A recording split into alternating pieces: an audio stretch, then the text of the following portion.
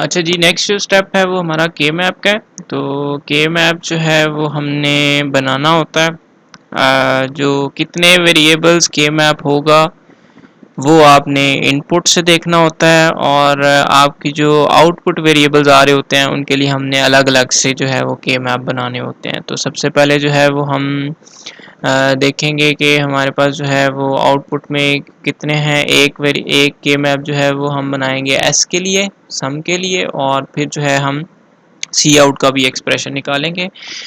जिस तरह हमने हाफ एडर में किया था, हमने जो है उसमें भी दोनों सम के लिए और कैरी के लिए जो है दोनों अलग से जो है वो के मैप्स डिज़ाइन करके सिंप्लीफाइड एक्सप्रेशन जो है उसके भी फाइंड आउट किए थे। तो इसमें भी जो है वो हम सेम वही प्रोसीजर यूज़ करके हम जो है वो फाइंड आउट करेंगे।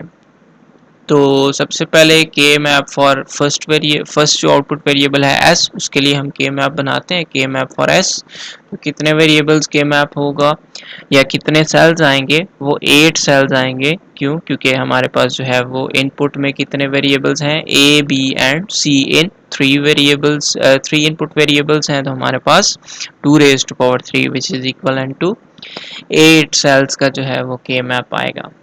तो 8 सेल्स का के मैप डिज़ाइन करना जो है वो आपको आता है। तो ये उसी की डिज़ाइनिंग है।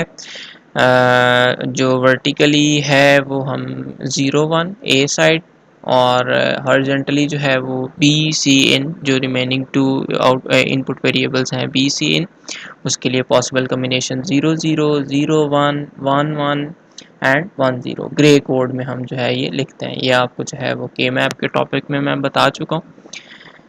फिर हमने क्या करना होता है, मैपिंग करनी होती है। अब देखना है कि एस वाले कॉलम में 1 1 कौन से सेल लोकेशन पे आ रहा है। एक तो ये 1 है, इसका सेल रेफरेंस क्या है, 0 0 1।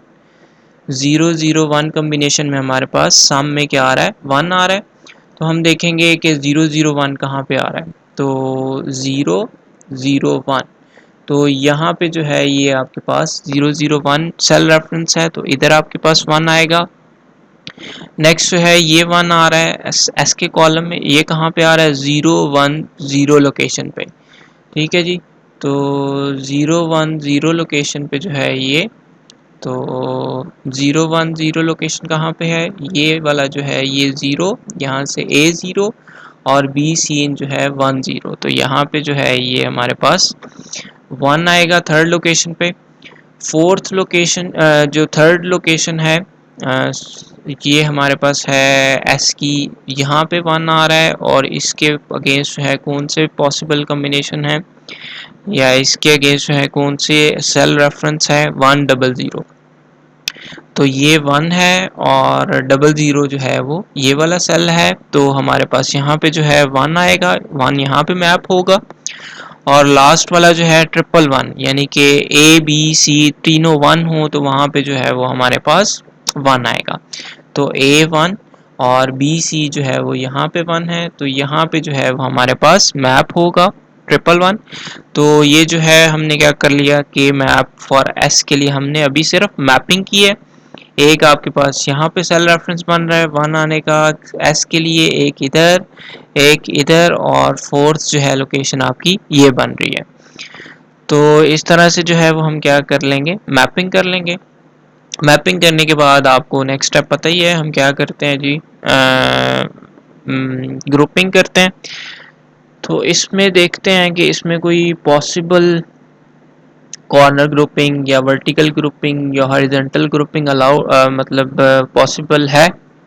तो इस केस में जो है वो कोई हॉरिजॉन्टल ग्रुपिंग, कोई वर्टिकल ग्रुपिंग, कोई कॉर्नर ग्रुपिंग, कोई ऑपोजिट ग्रुपिंग जो है वो अलाउड नहीं है।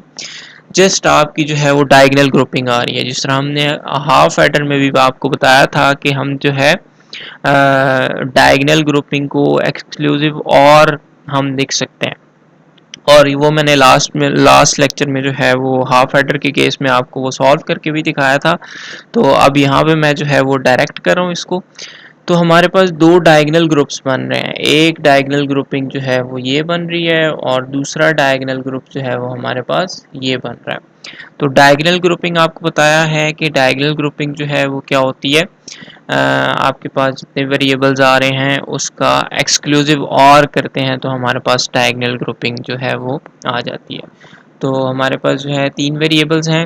इसका जो सम के लिए एक्सप्रेशन आएगा ए एक्सक्लूसिव और बी एक्सक्लूसिव और सी इन, जो तीनों वेरिएबल्स हैं इनके दरमियान हम एक्सक्लूसिव और लिख देंगे।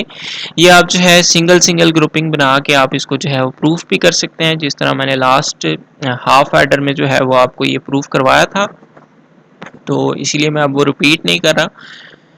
तो अगर आप को डिफ़िकल्टी है तो आप उस वहाँ से ट्राई करें जो अपना प्रीवियस लेक्चर है हाफ एडर वाला। अगर फिर भी आपको कोई कन्फ्यूजन होती है तो आप मेरे से कंसल्ट जो है वो कर सकते हैं, मेरे से पूछ सकते हैं।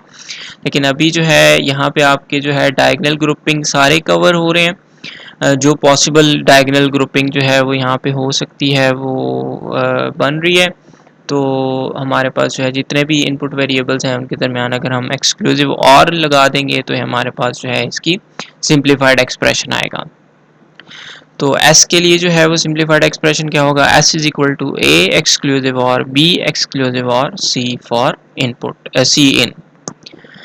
नेक्स्ट है जी, अभी तो हमने s के लिए जो है वो के मैप बना के इसका जो है सिंप्लीफाइड एक्सप्रेशन निकाल लिया है। अब जो है वो हमने दूसरा जो आउटपुट है सी आउट, इसके लिए जो है वो हमने सिंप्लीफाइड एक्सप्रेशन निकालना है। तो इसके लिए भी हम ट्रुथ टेबल डिज़ाइन करेंगे उसी तरीके से थ्री वेरिएबल्स के मैप।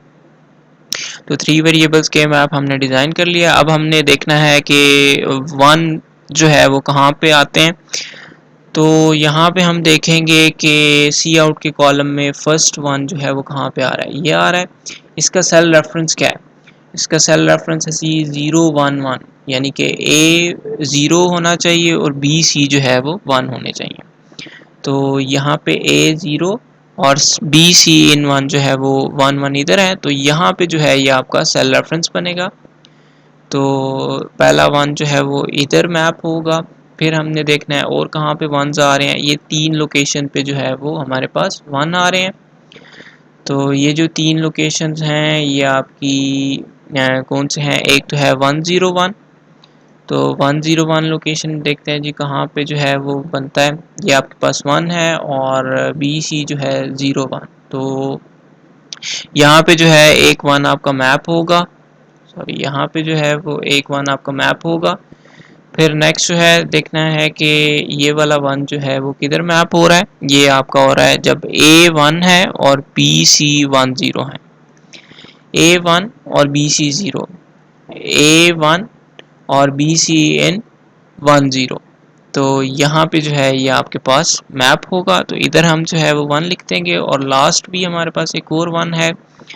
यहाँ पे कैरी आउटपुट के लिए एक और 1 है। तो इसका सेल रेफरेंस क्या है, जब 111 है, यानी कि A भी 1 है और BC भी जो है वो 1 1 है। तो हमारे पास A भी 1 है और BC भी जो है वो 1 1 है। तो हमारे पास यहाँ पे जो है इसकी मैपिंग होगी।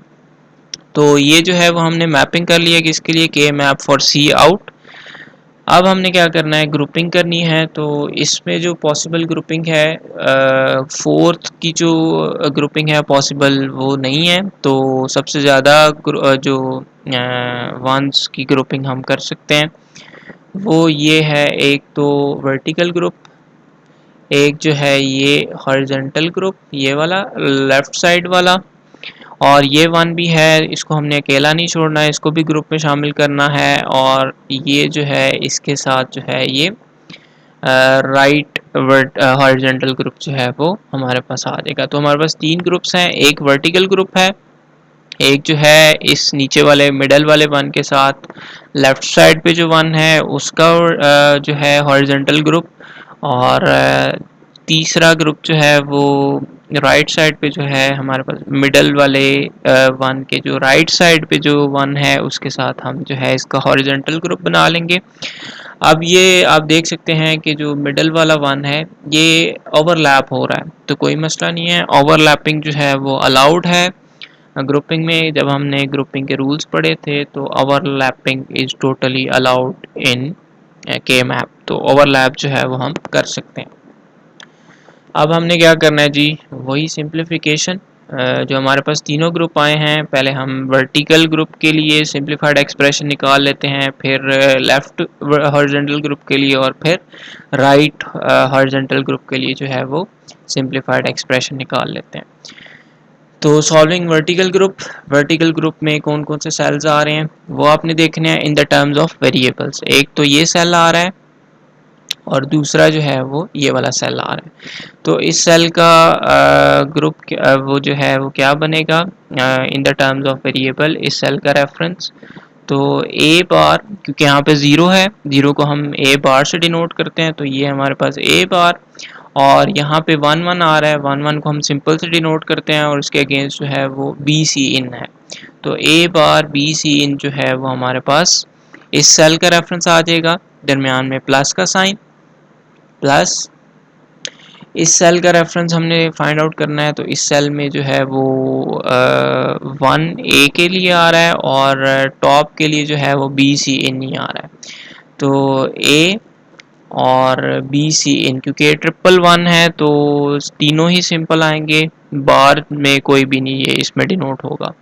तो फर्स्ट वर्टिकल ग्रुप के लिए हमारे पास ये एक्सप्रेशन है। अब हमने देखना होता है कि इसमें से कॉमन क्या आ रहा है। तो बी सी इन जो है वो कॉमन आ रहा है, तो इसमें से भी बी सी इन हम कॉमन ले लेंगे, इसमें से भी बी सी इन हम कॉमन ले लेंगे। तो ब्रैकेट में क्या रह जाएगा, ए बार प्लस ए। तो हमने ये लॉ पढ़ा हुआ है कि ए बार प्लस ए को हम जो है वो 1 के इक्वल लिख सकते हैं। तो इसकी जगह जो है वो 1 आ जाएगा, और 1 किसी भी चीज़ से मल्टीप्लाई हो तो हमारे पास एक्सप्रेशन में कोई फ़र्क नहीं पड़ता। तो बी सी इन जो है वो हमारे पास अभी सिर्फ वर्टिकल ग्रुप का जो है वो एक्सप्रेशन आया है। इसी तरह हमने जो है ये सॉल्विंग लेफ्ट हॉरिजॉन्टल ग्रुप, ये जो मिडल वाले के साथ जो लेफ्ट वाला 1 ग्रुप बना रहा है उसके लिए हमने एक्सप्रेशन लिखना है। तो हम देखते हैं कि इसका जो है वो क्या सेल रेफरेंस बनता है, a simple A B bar सी इन, क्योंकि 0 1 है तो 0 बी बार से डिनोट होगा और 1 जो है सिंपल सी इन से।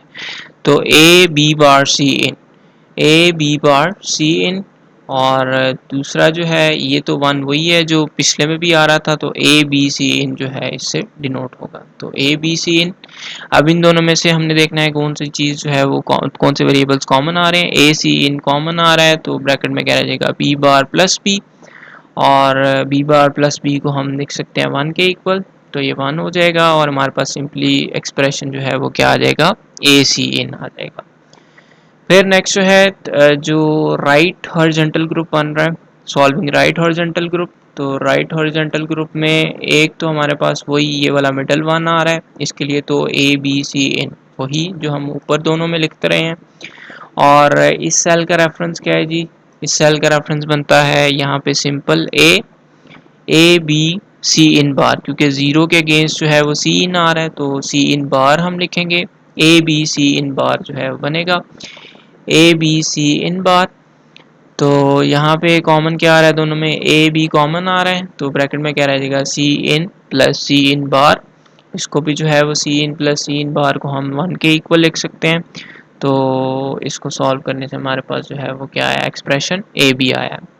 अब हमने सी आउट के लिए जो हमारे पास एक्सप्रेशन बन रहे हैं, जो सिंप्लीफाइड एक्सप्रेशन बन रहे हैं, एक तो बन रहा है एक वर्टिकल ग्रुप फाइंड करने से पी सी इन बन रहा है, लेफ्ट हॉरिजॉन्टल ग्रुप सॉल्व करने से ए सी इन बन रहा है, और राइट हॉरिजॉन्टल ग्रुप को सॉल्व करने से जो है वो ए बी बन रहा है। तो आपको पता है कि लास्ट में जाके जब हमने फाइनल एक्सप्रेशन लिखना होता है तो हमारे पास जो तीनों ग्रुप्स को सॉल्व करके जो एक्सप्रेशन आया है उनके दरमियान उनको हम क्या कर देते हैं, ऐड कर देते हैं।